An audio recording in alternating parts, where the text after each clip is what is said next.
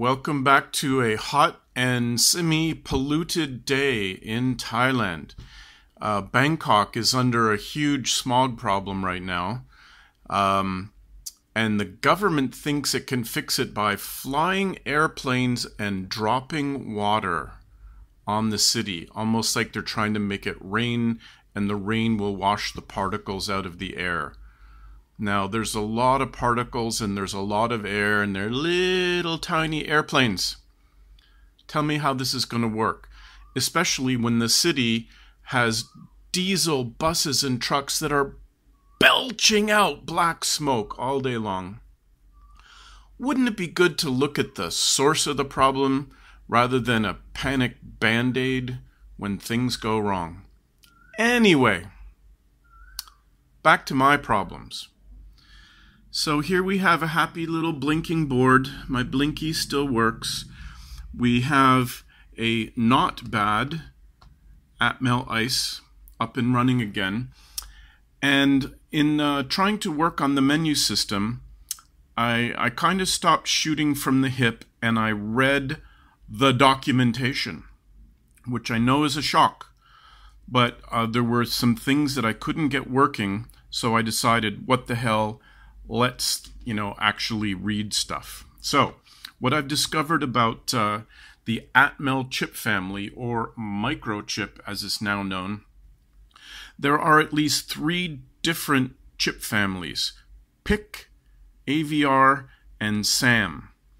And the SAM chips are the kind of the newest version, and they're based on the ARM microprocessor design with microcontroller things wrap around it, like flash memory and I/O ports and analog in and analog out and digital in and digital out and all that great stuff that we know and love. Now, so I'm stuck with the tools and the libraries and the documentation for SAM. Good. Now, reading up on SAM, we have this library called ASF4, Advanced Software Framework, version 4. Now, version 4 is different from version 3 in very, very specific and important ways.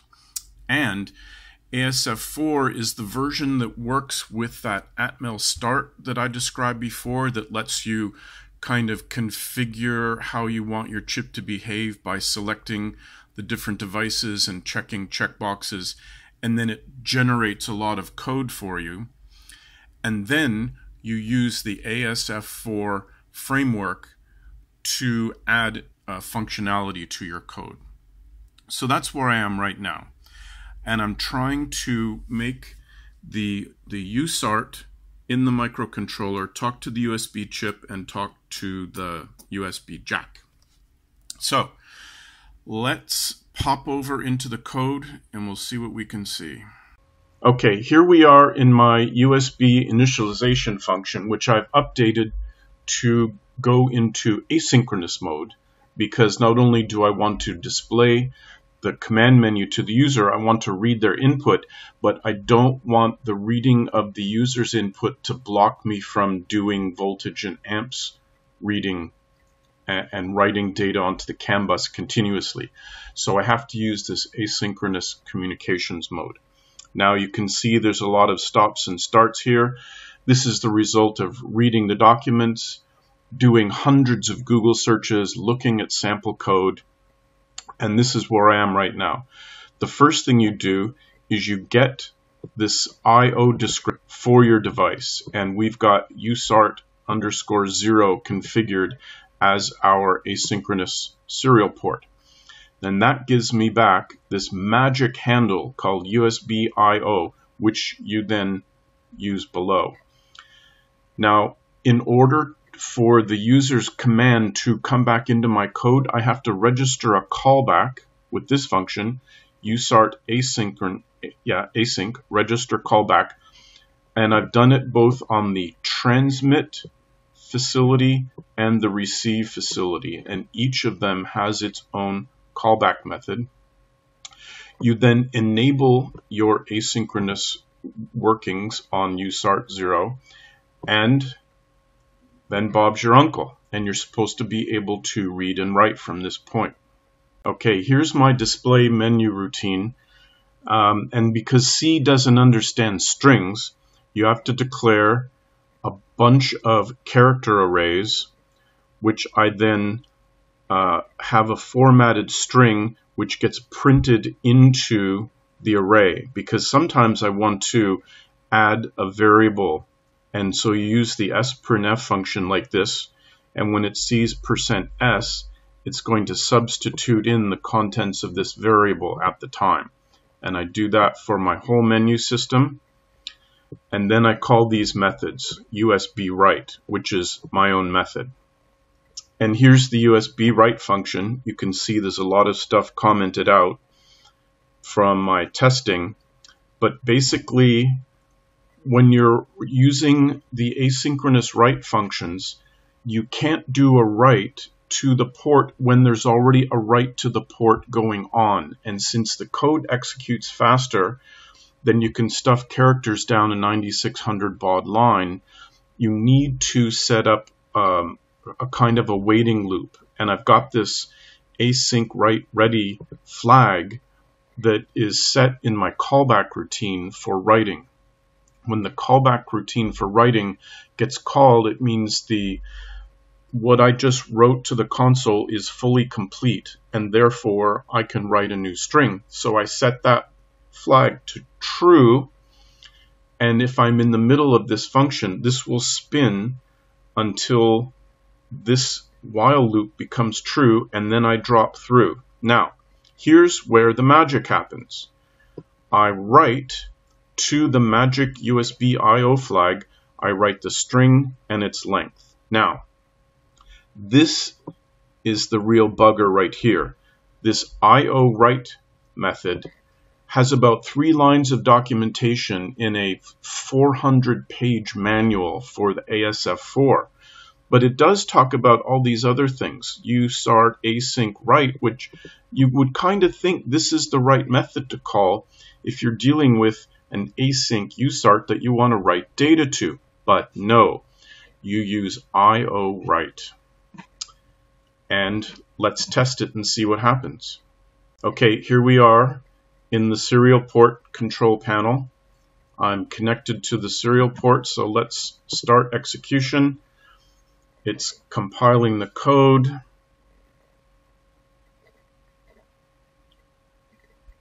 And it's writing it to the board, and there we have our menu.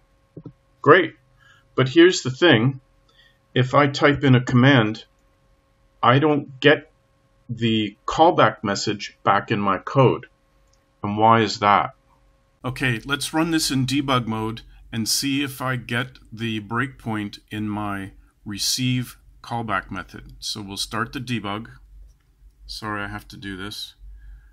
And it always stops on the first line of the main right here. So I click go. Okay, so the code is running. And if I come over to the serial port and I type in some characters,